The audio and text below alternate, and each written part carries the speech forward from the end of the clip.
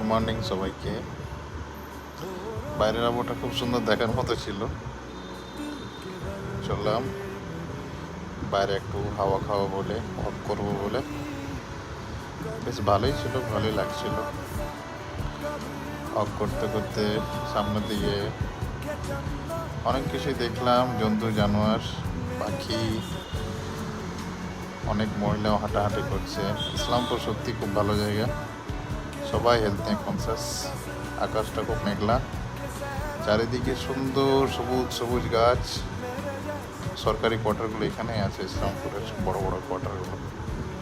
বেশ অনেকক্ষণ হলো দৌড়াদৌড়িয়ে করলাম, বেশ কিছুটা দৌড়াচ্ছিলাম, ভালোই দৌড়ালাম। দৌড়াতে দৌড়াতে লাস্টখানে বেশ কয়েক পাক করে ঘরে ফিরে গেলাম। থাক আজকের মতো, সবাই সাথে